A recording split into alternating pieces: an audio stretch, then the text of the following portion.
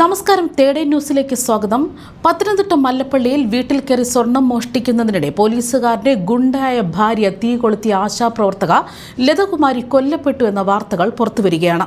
പത്തനംതിട്ട കീഴ്വായൂർ പുളിമല സ്വദേശിയും 61-കാരിയുമായ ലതകുമാരി ഗുരുതരമായി പൊള്ളലേറ്റ് Kottayam medical college ആശുപത്രിയിൽ ചികിത്സയിൽ കഴിയുന്നതിനിടെയാണ് ഇക്കഴിഞ്ഞ ദിവസം മരണപ്പെട്ടിരിക്കുന്നത്. അയൽവാസിയും സമീപത്തെ ക്വാർട്ടേഴ്സിൽ താമസിക്കുന്ന പോലീസുകാരന്റെ ഭാര്യ സുമയ്യയാണ് ലതയുടെ വീട്ടിൽ അതിക്രമിച്ച് കയറി സ്വർണ്ണാഭരണങ്ങൾ ചോദിക്കുകയും എന്നാൽ ഈ സ്വർണം നൽകാത്തതോടെ ലതയെ കെട്ടിയിട്ട് സുമയ്യ സ്വർണം കവർച്ച ചെയ്തതിന് പിന്നാലെ തീ വെക്കുകയും ചെയ്തത്. സംഭവത്തിന് തൊട്ടു പിന്നാലെ സുമയ്യയെ പോലീസ് അറസ്റ്റ് ചെയ്തിരുന്നു. അതേസമയം വെറുമൊരു തീപിടുത്തമായി മാറുന്ന ഈയൊരു സംഭവം കൃത്യമായി ലതയുടെ ഇടപെടൽ കൊണ്ട് മാത്രമാണ് പുറം ലോകത്തേക്ക് ഇതൊരു ആക്രമമാണെന്നും കൊലപാതകമാണ് എന്ന വിവരങ്ങളിലേക്ക് ഇപ്പോൾ എത്തുന്നത്.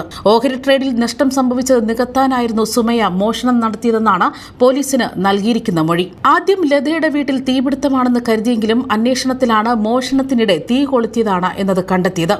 സ്വർണം തരാൻ ലത വിസമ്മതിച്ചതോടെയാണ് സുമയ്യ ലതകുമാരിയുടെ കഴുത്തിൽ തുണിച്ചുറ്റി കൊല്ലാൻ ശ്രമിക്കുകയും മുഖത്ത് കത്തികൊണ്ട് കുത്തി മുറിവേൽപ്പിക്കുകയും ചെയ്തത്. ഇതിന് പിന്നാലെ തീ കൊളുത്തുകയുമായിരുന്നു.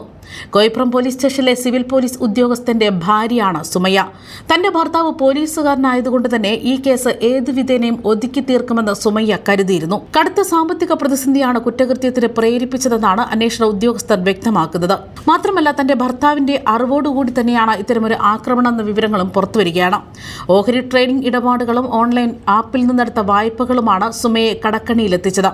പോലീസുകാരന്റെ ഭാര്യ എന്നതിലുപരി ആർഭാടമായിട്ടുള്ള ഒരു ജീവിതം നയിക്കാനായിരുന്നു സുമയ്യ ശ്രമിച്ചത്.